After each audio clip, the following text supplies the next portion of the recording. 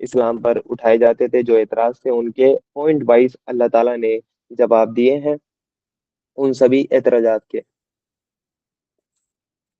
آیت نمبر 113 کا اگر میں آپ کو پس منظر بتاؤں، یعنی اس آیت کا اگر بیک گراؤنڈ بتاؤں، تو اس آیت کو پچھلی آیت کے ساتھ ہمیں سمجھنا پڑے گا۔ جیسے کہ آیت نمبر 111 میں اللہ تعالیٰ نے ہمیں بتایا تھا کہ یہودی اور عیسائی نے وہ دعویٰ، ان کا ایک دعوت ہے کہ جنت صرف ان کے لیے ہے، ان کے گروہ کے علاوہ کسی اور کے لیے جنت نہیں ہے۔ اور ایسے ہی آیت نمبر 112 میں اللہ تعالیٰ نے ان کے اس دعوے کو رد کر کے ہمیں بتایا تھا کہ اصل کامیابی کیا ہے۔ اصل کامیابی اس شخص کے لیے ہے جو اللہ تعالیٰ کے سامنے جھک جائے، یعنی خود کو اللہ تعالیٰ کے سامنے جو انسان بھی سرنڈر کر دے اور اچھے اعمال کرے، وہ سب سے کامیاب، نہ کہ آپ کا کسی وہ گروہ سے ہونا، وہ نسل سے ہونا۔ ایسا نہیں ہے کہ آپ یہودی ہیں یا کرسچن ہیں تو آپ کی جنت پکی ہو گئی، بلکہ اصل بات یہ ہے کہ جو بھی کہ سچے دل سے ایمان لائے اور اپنے آپ کو پوری طرح اللہ تعالیٰ کی فرمانبرداری میں کھپا دے، جھونپ دے، یعنی اللہ تعالیٰ کے آگے پوری طرح سرنڈر کر دے اور اچھے اعمال کرے، یہ لوگ ہیں اصل کامیاب اور یہی ہیں جنت کے حقدار۔ اب آیت نمبر 113 جو آپ کے سامنے ہے، اس آیت میں اللہ تعالیٰ ہمیں بتاتے ہیں کہ جو یہودی ہے اور جو نصارہ، وہ نصارہ کہتے ہیں عیسائیوں کو، جو وہ یہودی اور عیسائی، ان کے وہ جنت کے بارے میں آپس میں اختلاف، یہ آپس میں ان کے اختلاف تھے، اور وہ ایسا تھا کہ ایک دوسرے کے دین کو ہی باطل یہ ایک دوسرے کے دین کو، یعنی جو یہودی ہیں وہ عیسائیوں کے دین کو کہتے تھے کہ یہ باطل ہے، ان کے پاس کچھ نہیں ہے، اور جو عیسائی ہے وہ یہودیوں کے دین کو کہتے تھے کہ یہ باطل ہے، ان کے پاس وہ کچھ نہیں ہے۔ لیکن اللہ تعالیٰ نے ہمیں بتا دیا کہ ان دونوں کے دعوے ہیں، یہ ایک دوسرے پر الزام تراشیاں کرتے ہیں، وہ یہودی عیسائیوں پر، وہ عیسائی وہ یہودیوں پر۔ لیکن اللہ تعالیٰ نے بتا دیا حالانکہ دونوں کتاب کی تلاوت کرتے ہیں، یعنی دونوں کے پاس اللہ تعالیٰ کا علم ہے، اللہ تعالیٰ کی کتاب موجود ہے، پھر بھی یہ ان کے دعوے ہیں، یعنی ان کے پاس وہی کا علم موجود تھا، پھر بھی انہوں نے حسد اور تعصب اور اپنی قوم کی طرفداری کی وجہ سے ایک دوسرے کا انکار یہ لوگ وہ کر رہے تھے۔ یہی اللہ تعالیٰ آیت نمبر 113 میں کہتے ہیں کہ یہودی کہتے ہیں عیسائیوں کے پاس کچھ نہیں، اور عیسائی کہتے ہیں یہودیوں کے پاس کچھ نہیں، حالانکہ دونوں ہی کتاب پڑھتے ہیں، اور اسی طرح کے دعوے ان لوگوں کے بھی ہیں جن کے پاس کتاب کا علم نہیں ہے۔ دیکھیں یہ پوری طرح کی واضح ہے، میں نے جیسے اس آیت کے پس منظر بتایا تھا کہ یہودیوں کا یہ دعویٰ ہے کہ بھائی عیسائیت میں کچھ نہیں ہے، اگر آپ کو جنت جانا ہے تو یہودی ہونا پڑے گا، عیسائیت جو ہے وہ باطل ہے۔ اور سیم دعویٰ عیسائیت کا ہے کہ اگر آپ کو جنت جانا ہے تو عیسائی ہونا پڑے گا، ادروائز آپ بنا عیسائی ہوئے کوئی چارہ نہیں ہے جنت میں، آپ وہ جہنمی ہے۔ یہ ان کے اپنے اپنے دعوے تھے، حالانکہ دونوں کتاب کی تلاوت کرتے ہیں، یعنی دونوں کتاب کو پڑھتے ہیں، دونوں کے پاس اللہ تعالیٰ کا علم موجود ہے، لیکن پھر بھی ان کے دعوے تھے۔ ایک تیسرا گروہ اور تھا، یہ ایک وہ یہودی کا، ایک عیسائی کا، اور ایک تیسرا گروہ اور تھا، اللہ تعالیٰ نے ان کا بھی ذکر کیا ہے اس آیت میں، اور اسی طرح کے دعوے ان لوگوں کے بھی ہیں جن کے پاس کتاب کا علم نہیں ہے، یعنی ان لوگوں کے پاس وہ تیسرا گروہ وہ ہے جن کے پاس کوئی اللہ تعالیٰ کی شریعت موجود نہیں ہے، ان کے پاس اللہ تعالیٰ کی کتاب موجود نہیں ہے۔ وہ لوگ اس آیت میں وہ کون مراد ہیں؟ وہ عرب کے مشرک ہیں، اور آج کے ٹائم میں وہ سب لوگ اس آیت کے اندر آئیں گے، اس کیٹیگری کے اندر آئیں گے، جو بھی اللہ تعالیٰ کی طرف سے شریعت نہیں رکھتے ہیں۔ وہ یہودی اور عیسائیوں کے پاس اللہ تعالیٰ کی کتاب آئی تھی، لیکن انہوں نے اس میں انسانی وہ تحریفات اس میں کر دی، اس کتاب میں تبدیلیاں انہوں نے کر دی۔ اور تیسرا جو گروہ ہے یہ، یعنی یہ مشرکوں کا ہے، یہ کافروں کا یہ گروہ ہے، اور ہر ایک کا دعویٰ یہی ہے کہ صرف ہم ہی جنت میں جائیں گے، یعنی ہر گروہ کا دعویٰ، یہ جو تین کیٹیگری ہیں، یہودی، عیسائی اور تیسرا وہ گروہ جن کے پاس اللہ تعالیٰ کی کتاب نہیں ہے، ان میں سے تینوں کا یہی دعویٰ ہے کہ ہم حق پر ہیں، ہم سیدھے راستے پہ ہیں، ہمارے علاوہ سب باطل ہیں، ہم ہی صرف جنت میں جائیں گے، یہی ان کا دعویٰ ہے۔ اللہ تعالیٰ نے کہا حالانکہ یہ کتاب کی تلاوت بھی کرتے ہیں، اور پھر اللہ تعالیٰ نے آیت کے لاسٹ میں بتا دیا یہ اختلاف، یعنی یہ جو ان میں کانٹرڈکشن ہے، یہ جو ان کے درمیان اختلاف، یہ جو متبھید ان کے درمیان کی پائے جاتے ہیں، جن میں یہ لوگ پڑے ہوئے ہیں، ان کا فیصلہ اللہ تعالیٰ قیامت کے دن کر دے گا، یعنی ان اختلافات کا فیصلہ دنیا میں تو نہیں ہونا کہ حق پر کون ہے، یہودی ہیں، عیسائی ہیں، مشرک ہیں، کیا ہے، تو اللہ تعالیٰ نے کہہ دیا ان کا فیصلہ ہم قیامت کے دن صاف صاف کر دیں گے، ان کو بتا دیں گے کہ حق کیا تھا اور باطل کیا تھا، صاف صاف ان کو بتا دیں گے۔ اور اس آیت کو او، ہم آج سے بھی ریلیٹ کریں، جو کام اہل کتاب نے کیا، اور اللہ کے رسول کی حدیث ہے کہ تم بھی اہل کتاب کے پیچھے پیچھے چلو گے، ان کی پیروی کرو گے، جو کام انہوں نے کیا ہوگا وہ کام تم بھی کرو گے۔ تو اہل کتاب، وہ اہل کتاب کا یہ دعوت ہے جو آپ کے سامنے ہے کہ صرف اپنے علاوہ آ، باقی کسی کو جنت کا حقدار نہیں سمجھتے تھے، اور یہی سیم حال امت مسلمہ کا بھی ہے۔ آج ہم اتنے فرقوں میں ڈیوائڈ ہو چکے ہیں، اتنے گروہ میں ہم ڈیوائڈ ہو چکے ہیں، اور ہر فرقہ ہر گروہ اپنے آپ کو حق پر کہتا ہے، صرف یہ کہتا ہے کہ اگر آپ ہمارے فرقے کے ہیں تو آپ جنتی ہیں، ادروائز آپ جہنمی ہیں۔ یہ چیزیں صاف صاف ہمیں بتائی جاتی ہیں۔ اس آیت میں اللہ تعالیٰ نے کہا حالانکہ وہ کتاب کی تلاوت کرتے ہیں، تو یہ بات ہم پر بھی چسپاں ہوتی ہے۔ ہمارے اتنے فرقے موجود ہیں، اور سب کا دعویٰ ہی وہ یہی ہے کہ ہمارے علاوہ سب جہنمی ہے۔ ہر فرقہ یہ دعویٰ کرتا ہے کہ صرف ہمارا گروہ جنتی ہے اور ہمارے علاوہ سب جہنمی ہے، حالانکہ ہر فرقے کے پاس اللہ تعالیٰ کی کتاب موجود ہے، اللہ تعالیٰ کی شریعت موجود ہے، احادیث کے جو ذخائر ہیں وہ موجود ہیں، پھر بھی ان میں اتنا اختلاف ہے، اتنا متبیعت ہے۔ تو اس چیز کا فیصلہ اللہ تعالیٰ نے کہہ دیا کہ اللہ تعالیٰ قیامت کے دن وہ کر دے گا۔ اب آیت نمبر 114 جو ہے سورہ بقرہ کی آیت نمبر 114،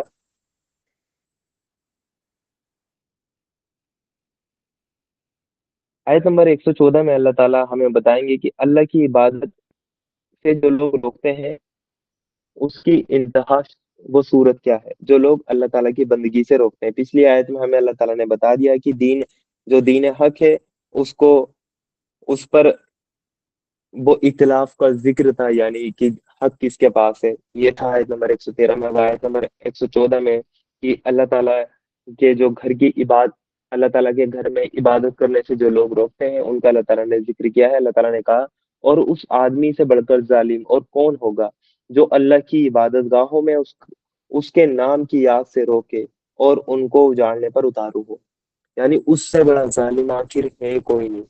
کون ہوگا اس سے بڑا ظالم؟ جو اللہ تعالیٰ کی عبادت گاہوں میں، یعنی جو جگہ اللہ تعالیٰ کے لیے خاص ہے، رب کی بندگی کے لیے خاص ہے، ان جگہوں پہ اس کے رب کی یعنی اللہ تعالیٰ کی یاد سے روکے، وہ سب سے بڑا ظالم اللہ تعالیٰ نے اس کو کہا ہے کہ جو اللہ تعالیٰ کی جو عبادت کی جو جگہ ہے وہاں پر اللہ تعالیٰ کا نام لینے سے روکے، وہ سب سے بڑا ظالم ہے۔ اور ان کو اجاڑنے پر اتارو ہو، اجاڑنے پر اتارو ہو یعنی ان کو ویران کرنے پر اتارو ہو، یعنی ان کی عبادت گاہوں کی بربادی کی وہ کوشش کرتا ہے۔ عبداللہ ابن عباس رضی اللہ عنہ، یہ اللہ کے رسول صلی اللہ علیہ وسلم کے وہ چچا جاد بھائی ہیں، عباس رضی اللہ عنہ کے بیٹے ہیں عبداللہ ابن عباس۔ انہوں نے قرآن کی تفسیر بڑی ہی اقوال ہے، اور یہ قرآن کے مفسر ہیں، وہ صحابہ اکرام میں سے قرآن کے مفسر ہیں۔ ان کا میں قول آپ کو نقل کرتا ہوں اس آیت سے متعلق۔ عبداللہ ابن عباس رضی اللہ عنہ کہتے ہیں کہ اس آیت میں جو خرابی کا مطلب ہے یعنی عبادت گاہوں کو اجاڑنے پر، ٹھیک ہے، عبادت گاہوں کو جو اجاڑنے کا اللہ تعالیٰ نے یہاں پہ ذکر کیا ہے، تو جو خرابی کا مطلب ہے نا، وہ صرف مسجد کی عمارت کو وہ گرا دینا نہیں، یعنی صرف اس جگہ کو گرا دینا نہیں کہ جہاں اللہ تعالیٰ کی عبادت ہو رہی ہے، یعنی کہ مسجد، صرف مسجد کی عمارت کو گرا دینا نہیں، بلکہ اس میں اللہ کی عبادت اور ذکر کو بند کر دینا بھی ہے۔ عبداللہ ابن عباس نے فرمایا کہ اللہ تعالیٰ کی عبادت گاہ کا مطلب یہ نہیں کہ اگر آپ نے مسجد ڈیمولش کر دی، مسجد کو یہاں عبادت گاہ کو اجاڑ دیا، نہیں، بلکہ اس میں اللہ تعالیٰ کا ذکر، اللہ تعالیٰ کی عبادت کا ہو جانا بھی تو اس کو اجاڑنے کے برابر ہے۔ اور کیا آج ہم یہی کام نہیں کر رہے اپنی مسجدوں کے ساتھ؟ اللہ تعالیٰ کی اللہ تعالیٰ کے جو گھر موجود ہے، ہم نے جو مسجدیں تعمیر کی ہیں، کیا ہم ان کے ساتھ یہی کام نہیں کر رہے؟ کیا ہم اللہ تعالیٰ کی عبادت گاہ کو نہیں اجاڑ رہے؟ اجاڑنے کا مطلب یہ تو نہیں عمارت ڈھا دیں گے، اس میں مطلب کہ جو کوڑا کرکٹ ہے وہ پھینک دیں گے، یہ تو نہیں ہے۔ اجاڑنے کا مطلب یہ ہے کہ اللہ تعالیٰ کے ذکر کو بند کر دینا۔ آج آپ دیکھ لیں کہ فجر میں کتنے لوگ جاتے ہیں مسجد، جوہر میں کتنے جاتے ہیں، عصر میں کتنے جاتے ہیں، تو یہ اصل میں عبادت گاہوں کو اجاڑنا ہے، اور اس میں ہم بھی شامل ہیں۔ تو پھر ہم سے بڑا ظالم اور کون ہوگا؟ کون ہوگا ہم سے بڑا ظالم؟ ہم تو خود اپنے عمل سے اللہ تعالیٰ کی عبادت گاہوں کو اجاڑنے پر ہم تلے ہوئے ہیں۔ اور اس آیت سے ہمیں ایک چیز یہ بھی نکلتی ہے کہ اللہ تعالیٰ کی عبادت گاہیں جو ہیں، یعنی اس کو اگر میں سمپل لینگویج میں کہہ دوں، جو مسجدیں ہیں وہ ظالم کے قبضے میں نہیں، بلکہ اللہ تعالیٰ کے نیک اور فرمانبردار لوگوں کے قبضے میں رہنی چاہیے۔ یعنی مسجد کے جو متولی ہیں وہ ظالم نہیں ہو، بلکہ نیک اور پرہیزگار لوگ ہوں۔ کیونکہ جو ظالم ہوگا وہ تو اللہ تعالیٰ کا ذکر نہیں کرے گا، اور الٹا اللہ تعالیٰ کے ذکر کی کرنے سے روکے گا۔ اس لیے نیک اور پرہیزگار لوگ ہی مسجد کے متولی رہے۔ اور آج ہم دیکھتے ہیں ہماری جو سوسائٹی ہے اس کے اندر اگر ہم تھوڑی سی بھی نظر دوڑاتے ہیں تو اس میں دیکھتے ہیں کہ مسجد جو اللہ تعالیٰ کی عبادت گاہیں ہیں وہ کن کے ہاتھوں میں ہے؟ جو محلے کا سب سے کرپٹ انسان ہوتا ہے اسی کے ہاتھ میں ہم نے مسجد کی چابی وہ تھما رکھی ہے۔ وہی مسجد کی کمیٹی کا صدر ہمارے ہاں وہ رہتا ہے۔ جو محلے کا سب سے کرپٹ آدمی ہوتا ہے، جو ایک ٹائم کی بھی نماز نہیں پڑھتا ہے، جو سود کا کاروبار کرتا ہے، جو حرام میں انوالو ہوتا ہے، اس کے ہاتھ میں ہم نے اللہ تعالیٰ کی عبادت گاہوں کی چابیاں ہم نے اس کے ہاتھ میں ہم نے تھما رکھی ہے۔ مسجد کے جو ہمارے امام ہوتے ہیں وہ ان کو وہ سنا کر چلا جاتا ہے، وہ کہ وہ جاہل انسان ایک عالم کو سنا کر چلا جاتا ہے، وہ ایک عالم کو کنٹرول کرتا ہے کہ عالم ہمارے اکارڈنگ چلے، جبکہ ہونا یہ چاہیے کہ نیک اور پرہیزگار لوگ ہی مسجد کے متولی رہنے چاہیے۔ اور وہ اللہ تعالیٰ کی عبادت گاہوں میں یعنی مسجدوں میں صرف وہ اللہ تعالیٰ کی ہی عبادت ہونی چاہیے۔ اوپر آیا تھا نا عبداللہ ابن عباس سے ایک قول منقول تھا کہ عبادت گاہوں کو اجاڑنے کا مطلب یہ ہے کہ وہاں پہ اللہ تعالیٰ کا ذکر نہیں ہونے دینا، وہاں اللہ تعالیٰ کا ذکر بند کر دینا۔ تو یا اللہ تعالیٰ کے ذکر کو روکنا، اگر کوئی انسان اللہ تعالیٰ کی عبادت کرنا چاہتا ہے اللہ تعالیٰ کے گھر میں تو اس کو روکنا۔ اور یہ ہمارے معاشرے میں ہوتا ہے، ہمارے معاشرے میں ہوتا ہے۔ اگر ایک فرقے کی مسجد ہے، اگر دوسرے فرقے کا انسان وہاں کا نماز پڑھنے لگتا ہے تو اس کو روکنے لگتے ہیں، اس کو وہاں پر روکنے لگتے ہیں، اس کو نماز نہیں پڑھنے دیتے، اور مسجد کے باہر لکھ دیتے ہیں یہاں پر فلاں اور فلاں لوگ نہ آئیں، یہ فلاں مسجد ہے اور یہاں پر یہ لوگ نہ آئیں۔ یہ ہماری مسجدوں کے باہر کیا لکھا ہوا نہیں ہے؟ تو ہم سے بڑا ظالم اور کون ہوگا؟ اللہ کی مسجد ہے، اس پہ کیوں لکھ رہے ہو یہ کس کی مسجد ہے؟ بھائی تمہاری مسجد ہے، اللہ کی مسجد ہے نا، تو اللہ تعالیٰ کا ہر بندہ آئے وہاں عبادت کرے۔ اگر وہ کلمے پر شریک ہے، مسلمان ہے، تو آئے عبادت کرے۔ آپ اجاڑنے پہ اتارو کیوں ہیں؟ اس کو روک کیوں رہے ہیں؟ اور یہاں تک ہمارے معاشرے کی بڈمبنا آپ اس کو کہیے کہ یہاں تک یہ بات موجود ہے کہ جیسے ہی اگر دوسرے فرقے کا انسان اللہ تعالیٰ کی مسجد میں آ کے اگر اس نے نماز پڑھ دی اور وہ دوسرے فرقے کی مسجد ہے تو کہتے ہیں کہ اس نے ہماری مسجد کو ناپاک کر دیا، مسجد کا غسل پوری طرح وہ دینے لگتے ہیں۔ تو کتنی جہالت ہماری قوم کے اندر اس تعلق سے بھری پڑی ہے، اس پہ ہمیں تھوڑا غور و فکر ہمیں بالکل وہ کرنا چاہیے۔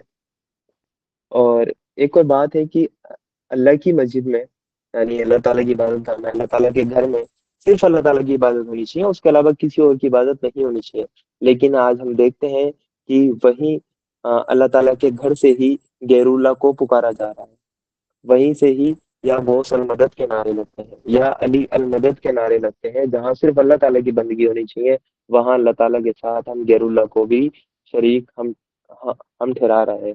ہم اللہ تعالیٰ کے گھر سے ہی ہم نے شرک اس کو وہ شرک کا اڈا ہم نے اس کو بنا دیا ہے، وہیں سے ہم شروعات کر رہے ہیں شرک کی، وہیں سے وہ نعرے لگتے ہیں وہ غیر اللہ کی مدد کے، اور غیر اللہ کے نام پر وہاں پر اور پتہ نہیں کیا کیا ہوتا ہے، وہ سب ہمارے سامنے کی موجودی ہے۔ تو اللہ تعالیٰ نے یہی کہا کہ اور اس آدمی سے بڑھ کر ظالم کون ہوگا جو اللہ کی عبادت گاہوں میں اس کے نام کی یاد سے روکے، یعنی عبادت کرنے سے روکے اور ان کو اجاڑنے پر اتارو۔ اجاڑنے کا مطلب عبداللہ ابن عباس کا قول میں نے نقل کر دیا، یعنی اللہ تعالیٰ کا ذکر بند کر دینا۔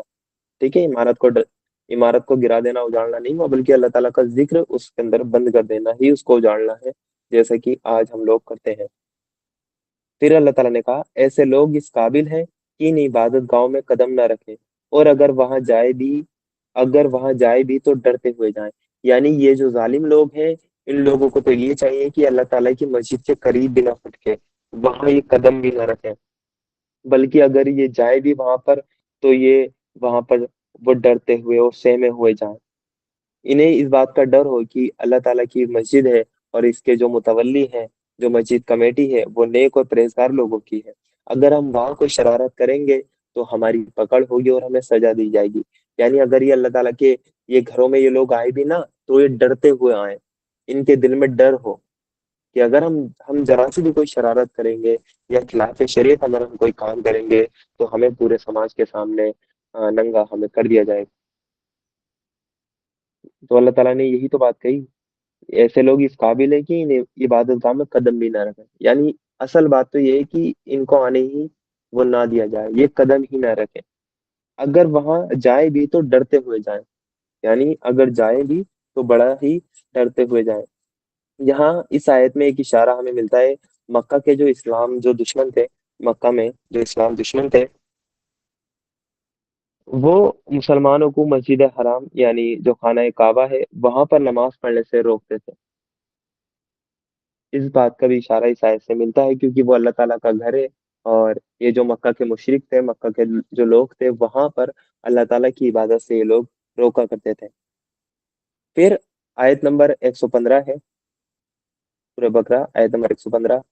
یہاں اللہ تعالیٰ نے کہا کہ پورب اور پشچم سب اللہ کے ہیں, جس طرف بھی تم رخ کرو گے اسی طرف اللہ کا رخ ہے. یعنی اللہ تعالیٰ ایسا نہیں ہے کہ اللہ تعالیٰ پوربی ہے یا اللہ تعالیٰ پشچمی ہے. اللہ تعالیٰ تو جتنی بھی جو ڈائریکشن ہے, ہر ڈائریکشن کا مالک اللہ تعالیٰ ہے. وہ کسی ایک ڈائریکشن میں محدود نہیں ہے کہ اللہ تعالیٰ کہ پورب میں ہے تو پورب میں ہی رہے گا, پشچم میں ہے تو پشچم میں رہے گا. نہیں ہے, نہ تو اللہ تعالیٰ پوربی ہے نہ پشچمی ہے. اللہ تعالیٰ سمت کا جو ڈائریکشن ہے اس کا محتاج نہیں ہے, بلکہ یہ تو ان سب چیزوں کا مالک ہے. اس لیے ہمیں عبادت کے لیے جو ہم ایک قبلے کا ہم نے وہ تعین کیا ہے, یعنی ہم وہ خانہ کعبہ کی طرف کو منہ کر کے نماز پڑھتے ہیں, تو اس کا مطلب یہ نہیں ہے کہ اللہ تعالیٰ اس طرف ہے, بلکہ یہ تو کہ نماز میں وہ یکسانیت ہو. ایسا نہ ہو کہ ایک ہی مسجد ہے, ایک مسجد میں 4 لوگ پورب میں نماز پڑھ رہے ہیں اور 4 لوگ پشچم میں پڑھ رہے ہیں اور 3 لوگ اتر میں اور 4 لوگ دکشن میں. ایسا نہیں ہو. اس لیے اللہ تعالیٰ نے یکسانیت کے لیے, اور بیت اللہ اس دنیا میں وہ گھر ہے جو اللہ تعالیٰ کی عبادت کے لیے سب سے پہلے آدم علیہ السلام نے اس کی بنیاد رکھی تھی. اس لیے اللہ تعالیٰ نے ہر مسلمان کو وہ قبلہ مقرر کر دیا تاکہ نماز میں یکسانیت رہے. ادروائز ساری ہی ڈائریکشن اللہ تعالیٰ کی ہی وہ ڈائریکشن ہے. اور قبلے کا جو تعین ہے نا, اس کا حکم سورہ بقرہ میں ہمیں آگے چل کر آئے گا. آیت نمبر 142 سے 143 سے جو یہ پورے مسلسل 2 رکوع تک وہ قبلے کی تبدیلی کا ذکر ہے. پہلے جو قبلہ تھا کی نماز کے لیے وہ فلسطین تھا, یعنی بیت المقدس جو مسجد ہے, مسجد اقصی, وہ قبلہ تھا بنی اسرائیل کے لیے. لیکن ہمیں بنی اسماعیل میں سے اللہ کے رسول صلی اللہ علیہ وسلم آئے بنی اسماعیل میں سے, اور تمام انسانوں کے لیے وہ نبی بنا کر بھیجے گئے تھے. اس لیے ہمارا جو قبلہ ہے وہ وہی گھر ہے جو خانہ کعبہ ہے. اس لیے اللہ تعالیٰ نے اب سارے انسانوں کا قبلہ اس خانہ کعبہ کو بنا دیا, اور اس میں بڑی حکمتیں تھی. وہ قبلے کی تبدیلی میں امتحان بھی تھا, اور اس کا ذکر ہمیں سورہ بقرہ میں آگے چل کر انشاءاللہ آئے گا. مسلسل 2 رکوع ہمیں قبلے کی تبدیلی پر ہی ہمیں ملیں گے. اس آیت سے ہمیں ایک چیز اور پتہ چلتی ہے کہ اللہ تعالیٰ پورب اور پشچم کی سب اللہ تعالیٰ کے ہیں, اور وہ جس طرف بھی تم رخ کرو گے اسی طرف اللہ کا رخ ہے. یعنی کوئی سی بھی ڈائریکشن میں کر لو سب اللہ کا ہے, جس طرف بھی تم رخ کرو گے اس طرف اللہ تعالیٰ کا رخ ہے. تو جو سفر میں نماز کا مسئلہ ہے نا, کہ آدمی اگر سواری پر ہے تو وہ وہاں نماز کیسے پڑھے, وہ ڈائریکشن کا تعین وہ کیسے کرے. تو اسٹارٹنگ میں اس نمازی کو یہ کرنا ہے, فار ایگزامپل میں ایک بس میں ٹریول کر رہا ہوں, ٹھیک ہے, میں مطلب کہ کار میں ہوں یا بس میں ہوں یا ٹرین میں ہوں, میں کسی چیز میں اگر ٹریول کر رہا ہوں تو مجھے شروعات میں قبلے کا مجھے اندازہ لگانا ہے سورج کو دیکھ کر کہ ہاں پشچم اس ڈائریکشن میں ہوگا, کیونکہ ہم سے پشچم میں ہی وہ خانہ کعبہ ہے. شروعات میں ہم وہ قبلے کا تعین کر کے ہم وہ نماز کی نیت باندھ لیں گے. اس کے بعد چاہے اب ہماری کار مڑے, ٹرین مڑے یا بس مڑے,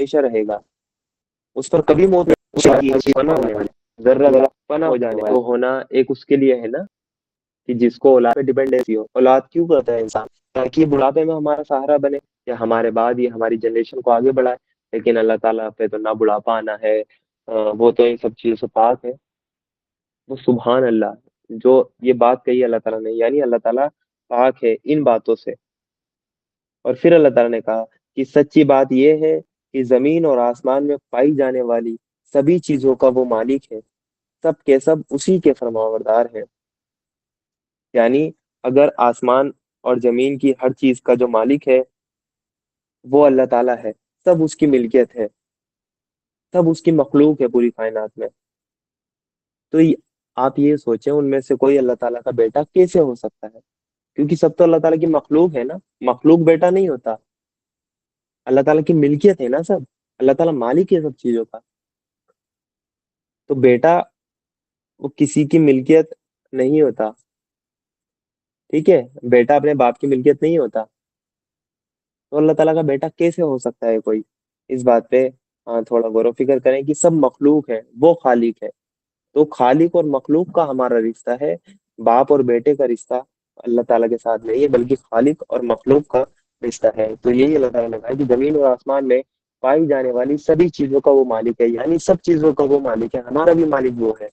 اور جن لوگوں کو تم اللہ تعالیٰ کا بیٹا کہہ رہے ہو ان سب کا مالک وہ ہے، سب کا مالک اللہ تعالیٰ ہی ہے،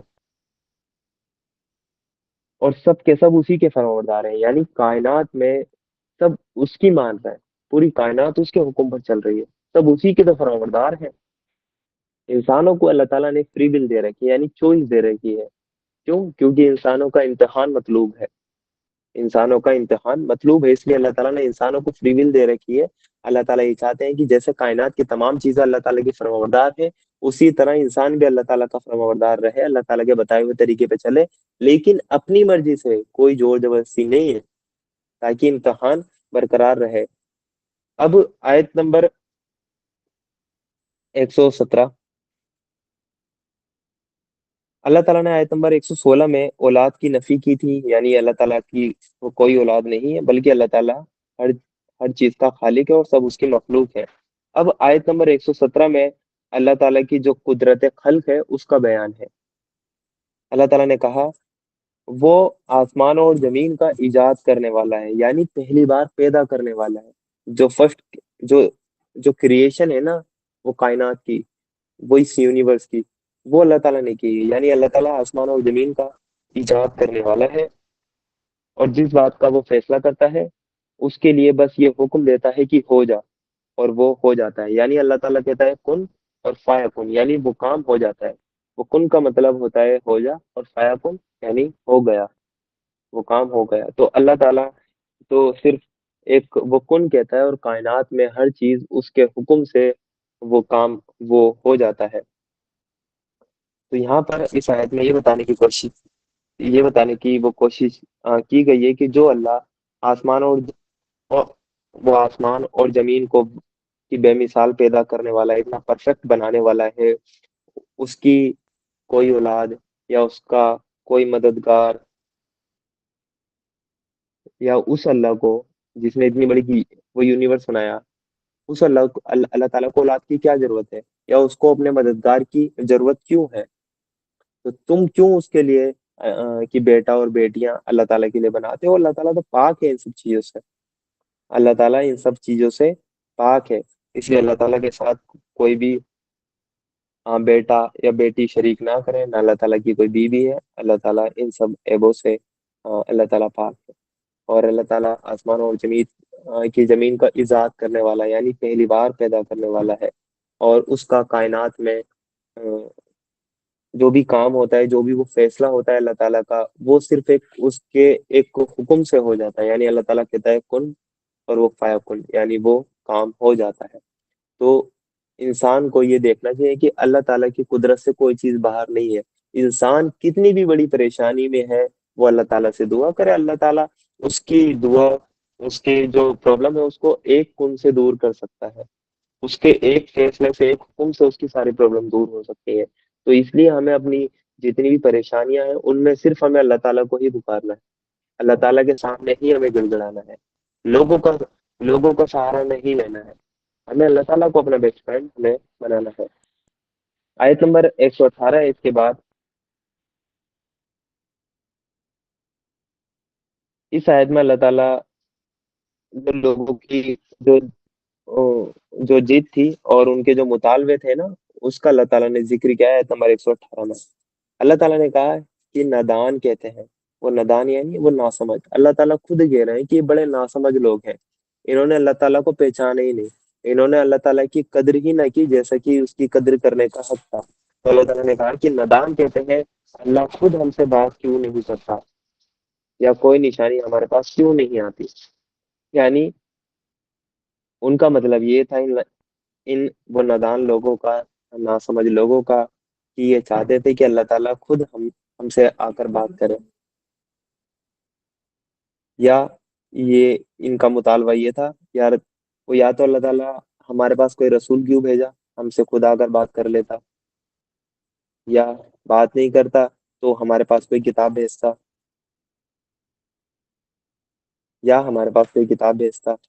یا کوئی ہمیں ایسی نشانی دکھائی جاتی جو ہماری آنکھوں کے سامنے ہوتی اور ہم اس پر ہم اس کو مان لیتے۔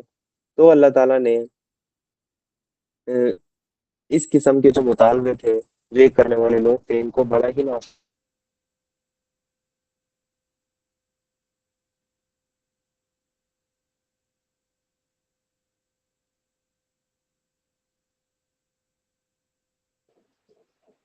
آپ سبھی سے گزارش ہے کہ تھوڑا ویٹ کر لیں، نیٹ ورک ایشو ہے۔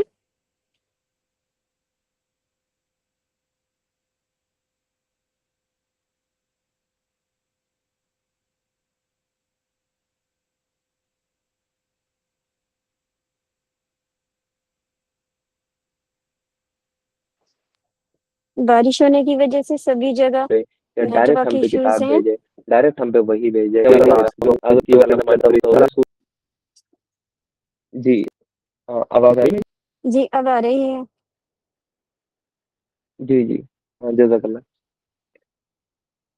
ہاں تو ہماری بات چل رہی تھی آیت نمبر 118 پہ، یہاں پر جو نادان لوگوں کا مطالبہ تھا کہ وہ یہ تھا کہ اللہ تعالیٰ خود ہم سے آ کر بات کیوں نہیں کرتا، یا کوئی نشانی ہمارے پاس لائی جائے، یہ ان کا مطالبہ تھا، اور اللہ تعالیٰ نے ان سب لوگوں کو نادان کہا ہے۔ یہ چاہتے تھے کہ اللہ تعالیٰ خود ہم سے بات کرے، خود ہم کلام ہو، یا ہمارے پاس ڈائریکٹ کتاب آئے، یا ہمارے پاس کوئی ایسی واضح نشانیاں آئے۔ تو یہی مطالبہ اللہ تعالیٰ نے قرآن میں دوسری جگہ بھی وہ ان لوگوں کا کوٹ کیا ہے، سورہ انعام کی آیت نمبر 124 ہے، جس میں اللہ تعالیٰ نے کہا اور جب ان کے پاس کوئی آیت آتی ہے تو کہتے ہیں ہم ہرگز ایمان نہیں لائیں گے جب تک ہمیں بھی ویسے ہی ویسا ہی وہ نہ دیا جائے جیسا اللہ کے رسولوں کو دیا گیا تھا۔ یعنی ان لوگوں کا کہنا یہ تھا کہ ہم جب تک ایمان نہیں لائیں گے جب تک ہم پر بھی ویسی ہی چیز نازل نہ ہو جیسی کہ رسولوں کو دی گئی تھی، یعنی ہم پر ڈائریکٹ وہی آتی، یہ ان کا مطالبہ تھا۔ تو اللہ تعالیٰ نے اس دنیا میں انسانوں کو آباد کیا ہے، اللہ تعالیٰ نے بھیجا ہے، اور ان کی ہدایت کا اللہ تعالیٰ نے انتظام بھی کر دیا ہے۔ اللہ تعالیٰ نے کہ جب جنت سے آدم علیہ السلام کو دنیا میں بھیجا جا رہا تھا، اسی وقت اللہ تعالیٰ نے صاف صاف واضح طور پر بتا دیا تھا کہ تمہیں دنیا میں ایک وقت مقرر تک رہنا ہے، اور وہاں پر ہماری طرف سے ہدایت آئے گی، رہنمائی آئے گی، تو جو لوگ بھی اس کی پیروی کریں گے وہ سیدھے راستے پہ ہوں گے اور ان کے لیے جنت ہے، اور جو لوگ میری ہدایت سے منہ موڑیں گے ان کے لیے جہنم ہے۔ جب اللہ تعالیٰ نے یہ وعدہ لے لیا کہ میں تمہاری انسانوں کی ہدایت کا انتظام کروں گا، اور اللہ تعالیٰ نے اس دنیا میں ہمیں امتحان کے لیے بھیجا ہے، آزمائش کے لیے بھیجا ہے، تو ہمیں اب یہ دیکھنا چاہیے کہ ہمارا امتحان بھی رہے، ہماری آزمائش بھی رہے، اور اللہ تعالیٰ کی ہدایت بھی ہم تک آ جائے۔ اس کے لیے بیسٹ طریقہ کیا ہو سکتا ہے؟ اگر ڈائریکٹ اللہ تعالیٰ ہم سے ہم کلام ہو جاتا، تھوڑی دیر کے لیے مان لیجئے کہ ہر انسان سے اللہ تعالیٰ ڈائریکٹ بات کر لیتا، تو کیا وہ اس انسان کے لیے کوئی امتحان رہتا؟ وہ کس بات کا امتحان؟ پھر تو گیپ کچھ نہیں رہا بھائی۔ آپ آپ خود سوچیں کہ اللہ تعالیٰ خود آپ سے آ کر کہے کہ میرا راستہ یہ ہے اور میں خدا ہوں اس کائنات کا، تم کیوں نہیں چلو گے اس راستے پہ؟ تم چلنے لگو گے تو امتحان کس بات کا بچ؟ اگر اللہ تعالیٰ ہر انسان پہ الگ الگ کتابیں بھیج دیتا تو وہ انسان تو خود میں رسول ہوتا، یعنی ہر انسان ہی دنیا کا رسول بن جاتا، وہی اس پر آنے لگتی، تو وہ کیوں اس پر عمل نہیں کرتا؟ یعنی امتحان ختم ہو جاتا، یعنی اس وجہ سے بھی امتحان ختم مطلب ہو رہا تھا۔ اگر اللہ تعالیٰ ایسی نشانیاں دکھانے لگتا کہ جیسے ہی کوئی اللہ تعالیٰ کی نافرمانی کرتا ایک فرشتہ ہوتا اور اس کو عذاب دیتا ترنت، تو پھر کون اللہ تعالیٰ کی نافرمانی کرتا؟ تو یہ طریقہ بھی ٹھیک نہیں تھا، کیونکہ اس طریقے سے بھی امتحان اور آزمائش وہ ختم ہو رہی تھی۔ دیکھیں، جو سورج ہے اس کا کوئی انکار کرتا ہے؟ نہیں کرتا نا، کیوں؟ سب کو یہ دکھ رہا ہے، اس کا انکار نہیں کرتا۔ اچھا، جو سورج کا انکار کرے اس کو ہم کیا کہیں گے؟ بڑا بے وقوف ہے، اسے دکھائی نہیں دے رہا۔ ایسے ہی اللہ تعالیٰ اگر ساری چیزیں ظاہر کر دے تو پھر امتحان کس بات کا بچے گا؟ اس لیے اللہ تعالیٰ نے جو طریقہ اختیار کیا ہے نا انسانوں تک ہدایت پہنچانے کا، وہ پیغمبری کا ہے، رسالت کا ہے، کہ اللہ تعالیٰ ہم ہی میں سے، ان انسانوں میں سے ہی اپنے پیغمبروں کو، اپنے رسولوں کو اٹھاتا ہے، اور ان تک وحی کے ذریعے اللہ تعالیٰ اپنی کتاب بھیجتا ہے، اپنا پیغام بھیجتا ہے، اور ان رسولوں کی زندگی، ان جو رسول ہے، وہ جو پیغمبر ہیں، ان کی ذمہ داری ہوتی ہے کہ وہ باقی انسانوں تک اللہ تعالیٰ کا پیغام وہ صاف صاف کی پہنچائیں۔ تو سارے طریقوں میں جو بیسٹ طریقہ تھا وہ رسالت کا ہی تھا، کہ اللہ تعالیٰ پیغمبروں کے ذریعے ہم تک پیغام پہنچائے، جس سے امتحان بھی باقی رہتا اور اللہ تعالیٰ گیم میں بھی رہتا۔ اس لیے اللہ تعالیٰ نے رسالت کا طریقہ وہ چنا۔ اور یہ جو نادان لوگ ہیں، یہ جو ناسمجھ لوگ ہیں، یہ کہتے ہیں کہ اللہ تعالیٰ خود ہم سے بات کیوں نہیں کرتا؟ بھائی، تمہاری حیثیت کیا ہے کہ اللہ تعالیٰ تم سے بات کرے؟ تم ہوتے کون ہو؟ تمہاری اوقات کیا ہے؟ اور پھر یہ کہتے ہیں یا کوئی نشانی ہمارے پاس کیوں نہیں آتی؟ پھر اللہ تعالیٰ نے کہا ایسی ہی باتیں ان سے پہلے کے لوگ بھی کیا کرتے تھے، ان سب اگلے پچھلے گمراہوں کی ذہنیت ایک جیسی ہے۔ یعنی ان کا یہ کوئی نیا آ, وہ آرگیومنٹ نہیں ہے، بلکہ جو پچھلے لوگ تھے ان سب کی ذہنیت بھی یہی تھی۔ اور اللہ تعالیٰ نے کہا ان اگلے پچھلے یعنی سب کی ذہنیت ایک جیسی ہے، جتنے بھی گمراہ لوگ ہیں ان سب کی ذہنیت ایک جیسی ہے۔ اور آج بھی لوگ یہ مطالبہ کرتے ہیں، آج بھی ہمیں ایتھیسٹ ملتے ہیں، وہ کہتے ہیں کہ بھائی اللہ تعالیٰ ڈائریکٹ ہم سے بات کیوں نہیں کرتا؟ تو اللہ تعالیٰ نے انہی ایتھیسٹ کو کہا بڑے نادان ہو تم، بڑے نادان ہو تم۔ ٹھیک ہے، آج بھی لوگ کہتے ہیں کہ اللہ تعالیٰ اگر ہے تو یہ پتھر کو ہلا کے دکھائے تو میں مان لوں گا۔ بھائی، اگر اللہ تعالیٰ ایسا کرنے لگے تو پھر امتحان کس بات کا بچے گا تمہارا؟ پھر تو گیپ کو ظاہر کر دیا جائے گا، تم کوئی رسول یا نبی تو نہیں ہو، تم ایک عام انسان ہو نا۔ تو اپنی حیثیت کو سمجھو، اپنی اوقات کو سمجھو کہ وہ رب کائنات ہے، اور جب وہ تم سے حساب کتاب لے گا وہ تب تم سے ہم کلام ہو جائے، پھر کر لینا بات، آخرت میں کر لینا اس دنیا سے جانے کے بعد۔ پھر اللہ تعالیٰ تو حق میں نہیں دے گا جب تک تم اللہ تعالیٰ کے 5 سوالوں کے جواب نہ دے دو۔ کہاں گزاری، یہ جوانی کہاں گزاری، پیسہ کہاں سے کمایا تھا اور کہاں خرچ کیا تھا، اور جتنا علم تھا اس پر تمہارا عمل کتنا تھا؟ ان چیزوں کے جواب اللہ تعالیٰ کو دینے پڑیں گے۔